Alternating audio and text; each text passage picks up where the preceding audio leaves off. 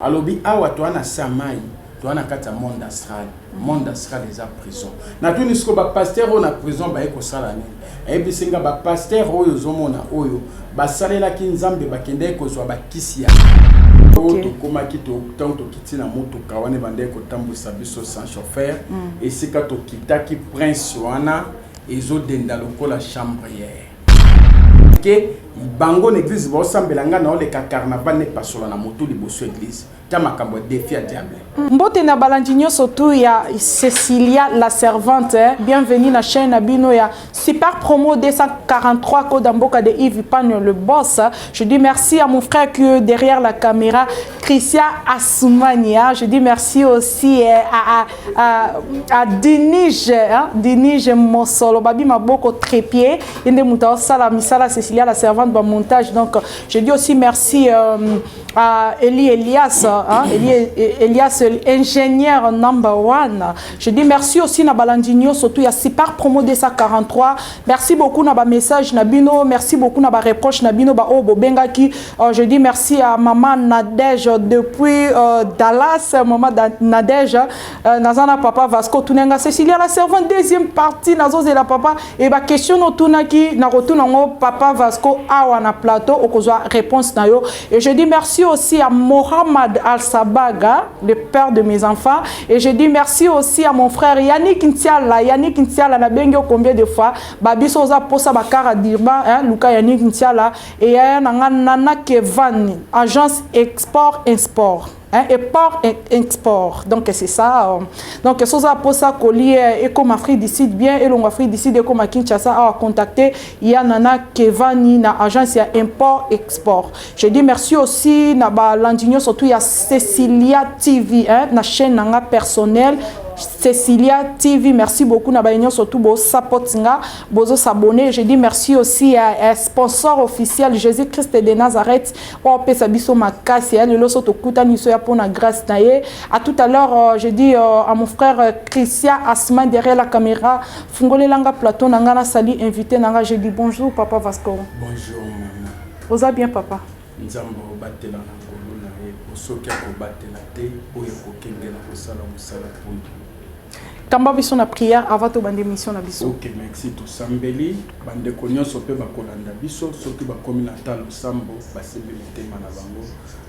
Nzamba lola nzambe na nguya papa na bolingo nzambe malam nzambe oyo apesaka pe mape bomoi apesaka pe bilei nzambe oyo apesaka kimia na kati na mitema na biso.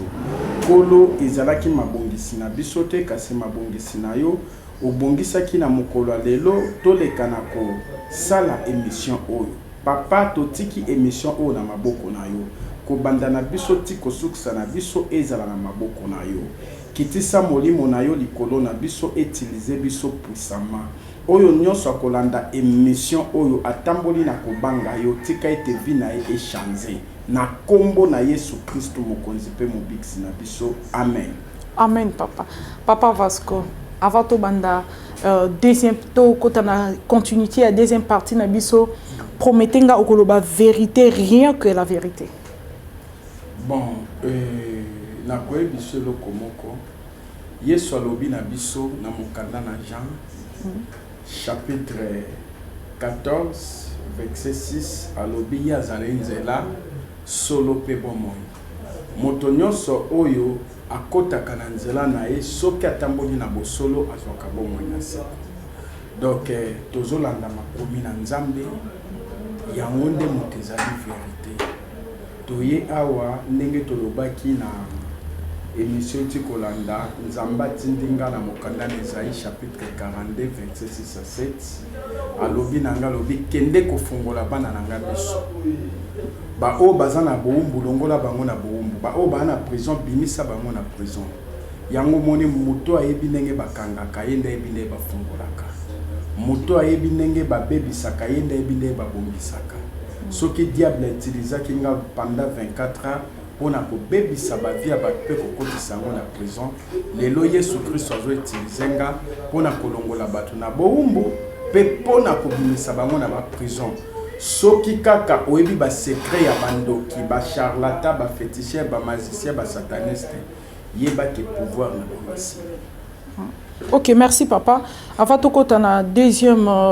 partie, na biso ya témoignage, il a maman, ils ont maman moko à partir à Canada, na Dallas. Elle s'appelle Maman Nadège Abenga qui a lobina tout na papa Vasco question parce que aye bio bobanda ko fanda na ye ba mapango ekangama il avait un événement moko eleka j'espère que eza na kati ya témoignage to ko arriver comme ezaki question ya balandi na biso et to sepelisa bango po ba fandela vraiment kozela ka émission na biso to sepelisa bango pe na ba question na bango na miyano atuna kinga na bisi en tout cas. Nayebi vraiment papa Vasco na profondeur je fais que mon travail tant que journaliste et na retour na papa Vasco na plateau reçoit réponse non alobaki ke ane moko maman moko bayibaki mbongo abandaki ko bomba na DVD bayake pa inayo au salaki démonstration moko incroyable. Maintenant la question est que est-ce que au bongoni vraiment ya solo parce que somo wana eloko yo sala etika ina somo ti voyager atika ona no bongwana kité mais azoka moi azomono zoleka na ba télévision avec des témoignages comme ça aisinga please la servante tuna papa Vasco est-ce que bongwana ya solo. OK, merci. Et eloko na koyebisa mama na bongwana pona kosepelisa moto na kinté na bongwana pona kozonga na éternité esika toutaki nde tozonga esika wana soki nzambe akosala makambo bikamwa oyo mutu oyo bayebaki ye mutu mabe koleka bato mabe akomi kotatola kombo na Yesu Kristo esika ye oyo ayebaki ngazali il faut se repentir abanga nzamba yebaki nzamba zali azape likolo ya milimo nyonso. Alors ezalaki mwana mwasi tende bayibaka divide ezalaki mwana mobali azalaka changer ya le château. Alors ba mama bwaka nzoto basombaka divide ande bakoma kotanga makila bazosuba makila même miyibio bayibaki bakende koteka même pasteur wasombaka divide yepe akome kosuba makila divide wane bendaka bonyo se sangisi bango nde memaka bango ti na marché liberté lokwanda kunangeza aka na sima marché liberté côté pe mama ngwa lobina wana nde baaka ti na ndako na moyibi na moteki na mosombi bango nyonso basere tofaka wana nde nasalaka basere modo divide wane bande koloba omoni naza témoignage vivant naza témoignage mon côté oyo ewute sika moko bwesike bimela kato makambo c'était ngana ebisa ba journaliste musu naza le seul témoignage on a senga ba journaliste bayana quartier ba mekape ko tambola même na ville à Kinshasa batuna Zombi Vasco ex quartier Kisimbi esika nini nzamba lokoteli po moni ba témoignage belé eyaka ngana zalaka boy tanto ba image zate mais témoignage ezana ba image témoignage oyo ezape na ba témoignage ya bato mosusu oyo bino ba journaliste bokoki kubanda kokende bokoti ba marché liberté bokena ba imeka boke partout ozomona bazo témoigner ndengo moni na ebaki mama ngote mais abengo à partir des États-Unis pour tous akane côté moko place lupango na ngezalaka na sima marché liberté wana événement oya mona mais le lotang na zotato la kombo Yesu Christ comme lekela et donc lekela été Yesu Christ aza capable ya kosala makambo o mokili sala kate alors ngai na bongwana boye ezalaki volonté na ngate ezalaki volonté nzambe nenga lobi na mukana na Apocalypse chapitre 3 verset 19 alobi na pesaka etumbu na bato nga na lingaka po batia molende babongola motema donc nzamba pesaki nga etumbu ya liwa donc tokokoma na suka ndoko eba esika ni nzamba lokotelinga nga nzamba lokotelinga na koma esika na kufaki nde esika lokotelanga donc lelo nazosala esu publicité na ngate publicité comme ya Yesu Christ et puis soki Yesu Christ akochanze bato mabebo lokola bisote to banda kotata la kombo na ye ndenge ni bato bawe ba munene na eto lokumu na ye et puis ne bande na loba ke fo ebesika ni na uta na famille chrétienne papa mosali ya nzambe mama mosali ya nzambe bande konyoso bayembi nde place diable ayibakenga mais ta ayibakenga ezalaki problème ya alliance na nzambe omoni alliance na nzambe ata e umeliate salnini alliance na nzambe kata na kate yango moni ton bakati samso suki baloki tout ba utiliser des délits la local antenne bakati esuki po basilise makasi mais babosana ko kate eloko moko ebiango eloko babosana ki babosana ko kate alliance ya Nzambe donc diable atayibaki nga a utilisé ngana bebisa ba vie ya bato na kota bato na ba prison mabosana ke eloko moko ya kokata alliance ya Nzambe Alexandre Aidin Abala. Donc alliance wana ezalaki loko nazwaka les baptistes loko na salelaka ye loko la papa na ngana mama nanga ba continuaki toujours kosambela Nzambe kosalela Nzambe kobanga Nzambe ko sacrifier ba mbongo na bango fale balia ba vivre nango kokotsa ngo na musala Nzambe ko senga na Nzambe longola mwana na biso na makambo o ya mabe ata papa kufaki melelo Nzamba tika mama témoignage mama ba komo bengise na l'église maman na biso bakoma ko bengise na l'église azoke no pesa pe ba témoignage ngapeli no pe témoignage mais maman na biso pe ba bengisa ke na l'église oke pe témoignage ezana tamoko loko azana vinzamba zo bomba e poto be la magazi nzamba bikisie bino pe ba journaliste tango ekoma to ko pesa ndengene to kutana kina Yesu Kristo bozana musala pe oke de ko interroger même maman na biso pona l'église ba bengisa kai ponga na zalaki église esambela balongola même maman na biso maman motambusi na église c'est parce que bango l'église ba osambela nga na ole ka carnaval ne pasola na moto liboso église ta makambo défi à diable ah yo mwana yoza ozana na titre awa l'église osala Nzambe mwana nganga ole ka petit liboso na biso ane pasola balongola maman motambusi église papa nanga ba vandisa ye l'église mwana pasteur mais mwana nganga mwana zobunda na champion du Congo azoleka ba carnaval liboso église ba vandisa nango papa mais lelo nyonso ne bande ko sala Nzambe tikaki likambo za la témoignage pa maman na biso lelo akomi ko témoigner lelo bato nyonso bakomi ko komisa Nzambe et puis na nzela nanga bato ebele pe bazo bongo la mitema yango na episode ke na bongo na pona ko sepelisa mutu te mais pona ko banga Nzambe. Ok, merci beaucoup. J'espère que maman aux eu réponse nayo. Papa Vasco, évangéliste Daniel. Après si déjà réponse c'est clair, il y a Robaxa vraiment exact. Papa Ozo s'est rappelé la première partie de la place Tosukaki. Oui, Tosukaki ta on a kemo na ba prison. Beaucoup tina munoko ya nguma. Wana tobi to baki yango to koma kito tanto kitina moto kawane bande ko tambusa biso sans chauffeur et sika to kitaki prince wana ezo denda lokola chambre hier on dirait batie ba ressort là c'est alors to tambola ki to tamboli to ke koma esika mo mir moko ezalaki ya monene mir wana diamant or na or to komi liboso porte nango grand maître abito fukama abande ko ebisa muninga te mande ko ebisa ndenga tango to fukami asali incartation porte fungwami to koti tango to koti nde na kende komona makambo na kati. Ok, toko continuer ndio mona ki makambo na kati makambo ni no mona ki tango to koti na kati na mona basali moko ba prison ya minene ya mabende na bwaka besu na sali moko na moni bato ebele nombre na koyeba te et puis terrain ozomona o nyonso o libande za moke kati ya sali wana tala sala monene ba papa ba mama ba jeune papa baza ko te ya sango malamu sa repos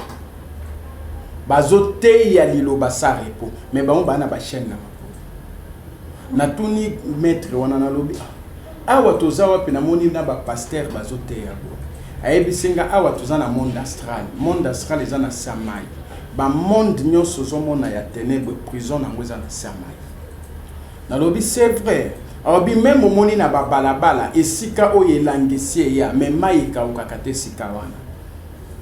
yebake bantene ya monde ya ténèbres bazawana ya monde astral bazawana place wana eza prison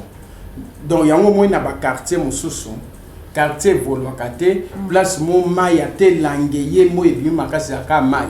yebake prison quartier wana batela bango aseli la prison eza wana alobi awa to wana samai toana kata monde astral les a prison na tuni sko ba pasteur on a prison ba eko sala nini ebisinga ba pasteur oyo zomona oyo ba salela ki Nzambe ba kende ko zo ba kisi ya onction na mokili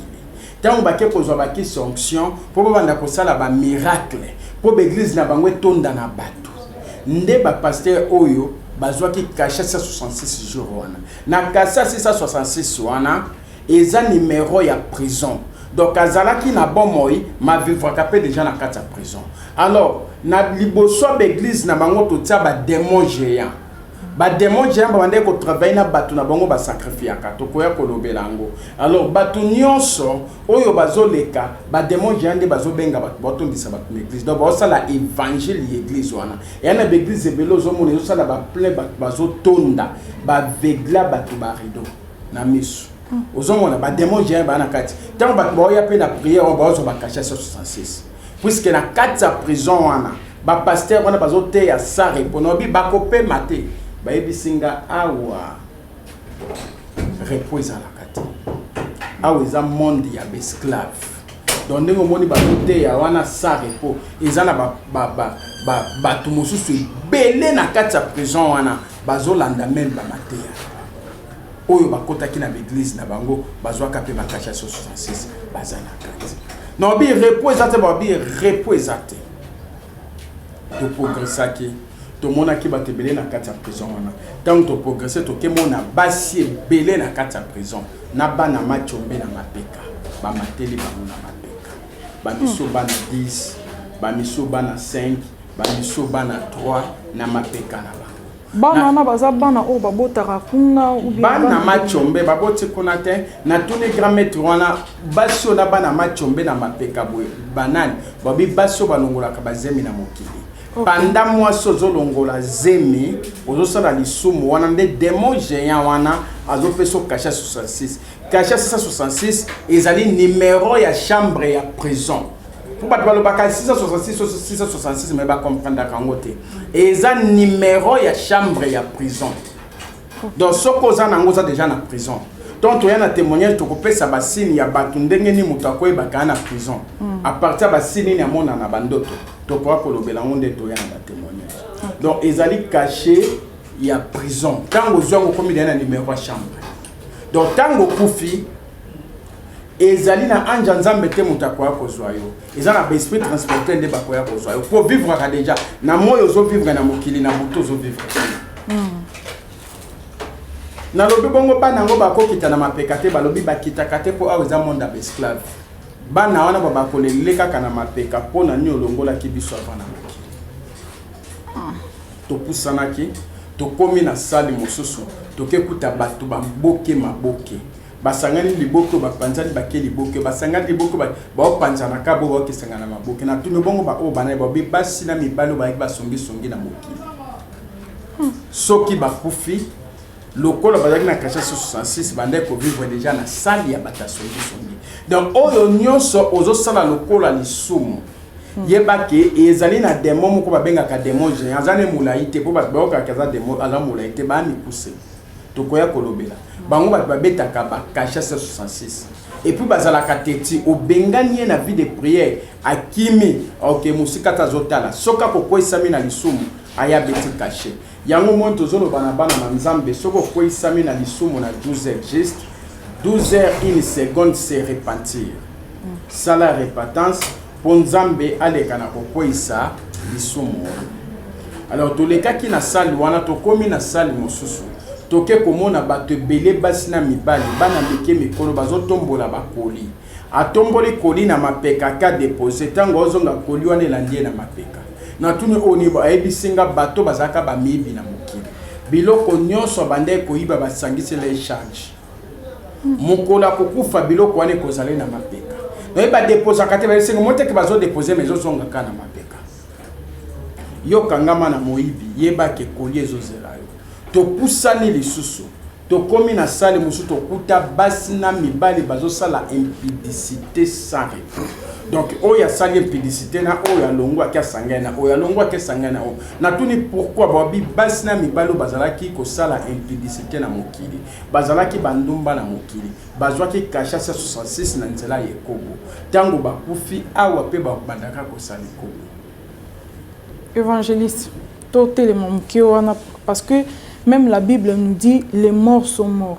est-ce que ceux qui muta kufi il faut akende ko bika lisubo mo mususu et nazongi na place au lobi makambu ya basi o basala ba avortement bana o babomaka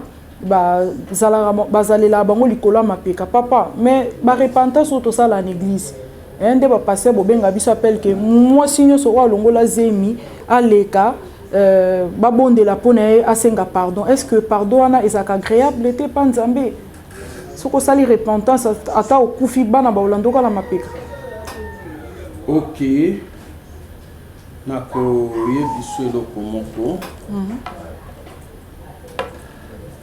nazoluka vexango awa eza na ligue so na moni yango awa tokotanga yango na ligue. Oui. Okomona mozwi na mobola Lazare. Mozwi alobi papa Abraham yebisa na Lazare apesa nga tali tanga ya mai na mosapi na ye poposa ya mai pasi eleki. Abraham ayebisa esika yozana esika biso toza tokoma na kate.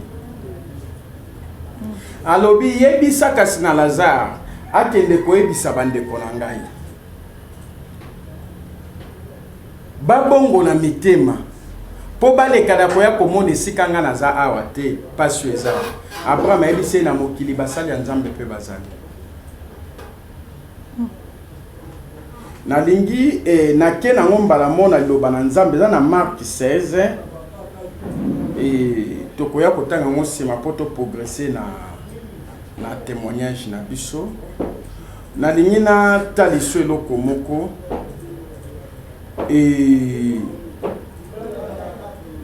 lola tolifelo ti lelo na efungwami te. Na bandeli koyebisa yo po mosusu mutu musu akoya kotaliso yango lobi oyebaka no déjà puisque mutu aparticipaka na mutu oyoka babetela lisolo eza différent. Ozobetela nga lisolo ya mama mo awa nayebi ekutu te mavanda pembe nanga mpo mutu oyeba lisolo ya DVD il faut azala mwana ntiango malgré les cas mpe na chaîne moko ya mboka na biso esalaki succès balakisaka. Tozali na monde astral nde monde ya besclave o bato babengaka baprofane babengaka lieu de tourment oyoka basali ya Nzambe ebele baleka babe lieu de tourment ezali place o bato ya mabe soki bakufi bakendaka. Tozali pe na lieu de repos esika oyo Abraham na Lazare bazalaki nde lieu de repos. Donc soko kufi na bonzambe ba anja Nzambe nde bakozwa yo bameno na lieu de repos. Batu bakokota lola mokolo Yesu Kristo akoya kozwa batu nde batu bakokota lola nde bokende kolia sani moko na Yesu. Ozomona nde mokolo lola ekofungwama oya Yesu Kristo kokabola matiti na mbuma. Mais pour le moment tozali na lieu de repos mutu akufi kati na bonzambe ba ange baye kozwa bakende na lieu de repos. Tozali na lieu de tourment mutu akufi na masumu ba ange baye kozwa ye bakende na ye na lieu de tourment. Na lieu de tourment o ba benga ngo monde astral eza monde d'esclave. Donc mabo salaki na mokili diable ake ko akosio na mokili kuna ke ko torturer yo. Est-ce que yebi ennemi ya moto? C'est ça diable. Diable ne muta memi lisumu pa moto. Yene ennemi ya moto eko kosa moto po moto a souffrir. Akosio na mokili okufi a retirer yo. Ake ko nyokola commission esclave. Nde signification ya monde astral et l'accès monde esclave. Nde babengi lieu de tourment. Yango. place bato nyonso oyo bakufa na masumu na samai. Prison centrale ya ba monde nyonso ya ténèbres eza na monde astral. Mais ba monde nyonso ya ténèbres na ba prison nango eza ba cellule bazokanga bato pona tamke. Mais ta ya vie éternellement ya moto tikoya ya Yesu Kristo na bato masumu eza na monde astral. Bon, pour la repentance, tout ça, moi, ça avorté, à salut repentance qui est en Zambalimbisae. Est-ce que prière ou est agréable? Tous en attendant grâce. Yango moni na Proverbe 28, 13, Bible lobi na biso. Proverbe chapitre 28, verset 13, Bible lobi. Moto oya bomba kama bene vine bonga kate. Mais oya bimisa kango poisanda zo kama wananzamba. Donc ezana lisumu mosusu esenga kefoko yo kisango soni kritika yo. Soko bombi yango enyokoli yo. Po lisumu za lokola nyama oya bende kati na lideso. Nyama evandi na lideso yango ne bebisaka lideso pe boma lideso. Ndenge lisumu yali. Soko bombi lisumu na kati ya motema na yo eza nyama wana yango pe ka muteko boma yo. Un jour ekotoli fe. De sengeli kosala repentance sincère. Na ebite repentance nyo zoe bisanga. Poza na ba Christ belé ba bongola na bango suki. Moto salme mission tour wana bo. Ozaki na modèle ya suki mosusu. L'autre est kosala mission. On appelle na modèle ya suki mosusu. Donc au bongol no moto. Et na ba Christ mosusu ba bongola mito. Mesu ba bongola motema. Mesu ba bongola makolo. Mais nzamba za na posa moto bongola nde motema na ye. Olongola zemeza lisumu kati soko fukami mosali repata pamba et pour se répéter kende yo kisa lisumu wana soni pas sacrificateur, un vrai sacrificateur ayambisho lisusu Yesu asalisio repentance poete Yesu akufaki pona repentance a mokili mobimba tango kweisami na lisumu yo ndimela Yesu Kristo yo kisa lisumu wana soni basalisio repentance oyambisu Yesu lisumu wane kwepo yo kisango soni mais soko bombi yango etingami yo ekobandaka ko répéter poza lisumu akati mais lisumu alibanda pezali natali obwe miso eluli yo na mosali ya nzambe limbisanga na kwesanga miso kubomba lisumu te yo moko sali yango elongwe matoi nange yoki mabe nzambe limbisanga matoi yoki mabe makanisi nange kanisi mabe surtout makanisi tozo ya tokolobela likama makanisi surtout makanisi ezangisa bato bebo konzi na nzambe makanisi diable utilisaka biloko na kati na bombo na biso lokola makanisi te makanisi kanisi mabe nzambe limbisanga makanisi kanisi mabe motema ebombi mabe nzambe limbisanga motema nange sali nini ebombi mabe makolo na yo etambola ki bisika mabe nzambe limbisanga na niatake sika ya mabe makolo ekoko tabar ekoko totel ekoko tesika bato bazomela ba drogue ekoko tesika bazoboma bato wana pesa péché so qu'est-ce qu'il y a ça péché mais yo bomité Psaume chapitre 1 verset 1 lobini longwa kati na bato na masumu esengo na moto oyo avanda na lisanga bato mabete mo Kristo akovanda na lisanga bato mabe pote ya bango liloba na nzambe esili ovanda na bato mabete po banda kotonga mato ene yoka babanda komela diamba milinge kotake na zolo tina misu amela kasolo wana ovanda bato mabe bongo te ovanda bato mabete po misu nemo na ndenge baotila moto poison nde bazo étrangler moto wabo ma moto jamais akovanda bato mabe pona kotia bon loba na nzambe bato bele ba confondre ba bi Yesu Kristo a répondaki ba juif wana ke na yaki pona bato mabe ayaki pona bato mabe pona kotia bango parole ando vana bango ta komisi bango baninga na ekomela na bango kolia na bango malgré liena bango azomela na bango mabande otia bango loba na nzambe tango akoti na ndako ya juif wana boy ake kolia na komela mwasi wana yeye ya ndumba akumolela na makolo na ye juif lobi na sa mote mobi moto soka zalaki bena mosali na nzambe alingaki koyeba mwasi oyo aye na makolo na pangusi ema ya miso na parfum kazali ndumba potangu wana ba juif ba soki oza ndumba fo bomona mabanga do ko posa pembeni te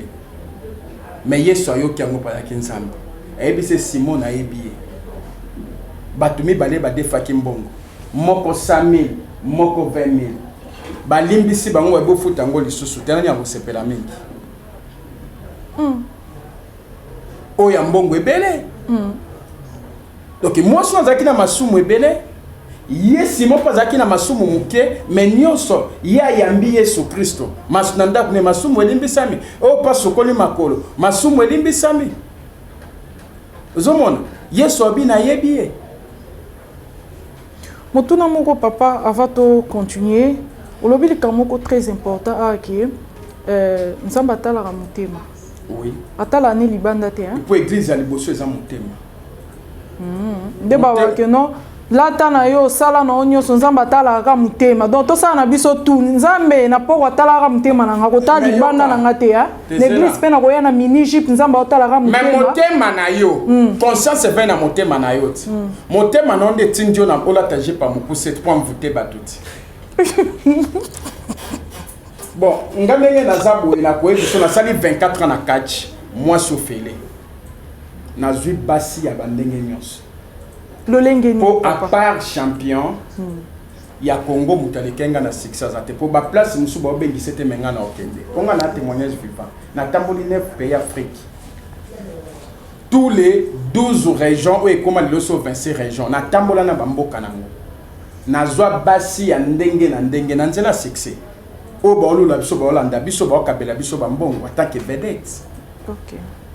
donc nzamba pasise ngai na lolenge ya basi nyonso mokili ya pembe ya munene ya mukuse ya mokie ya mbongo bazanga mbongo tu nazwa rasi nyonso donc tangu na ye na bonzambe boye na omona mwasi lokola sœur en Christ ndeko nanga molimo donc nazali su na makanisi ya kolula te eza ndenge moko na mbongo ba o ba ebinga bazali esika ni nzamba lokotelinga nasombaki mapango ebe na kosa publicité pour publicité na kombo ya Yesu Kristo na tonga botel na simba bambongo ebele soki na kati ya mboka na biso yaki na bakatier bayaki na mbongo nga na koza ata mibale po na koloba te naza liboso na me na koza ata mibale esika Yesu Kristo alokotelinga donc lelo ndenge na ye na bonzambe basi eza inutile masanga eza inutile mbongo eza inutile nyonso oyo ya mutambu ya mitambu ya diable asala pona kokanga batunga na yebiango na kokoya na lisusu yango Paul alobi na biso na 1 Corinthiens chapitre 7 verset 8 abi soki okokoka kozala lokola ngai esengeli obala pourquoi po ye nzamba brisaki ye apasaki na ba vie kozwa même basi na makasi na rana ya za mais tant nzamba brisé amoy malamu na tikala na nganga moko we pona sa musala nzambe kena kendo ko ya nekobo yango moni mobali nyonso oya bali te azo vivre na kisheri azo sali kobo soki le loi kufi place nezali felo soki nanu Yesu Kristo azongi te azana kati ya prison obando sali kobo na prison tango Yesu Kristo akoya kofuta moto na moto lifuta na ye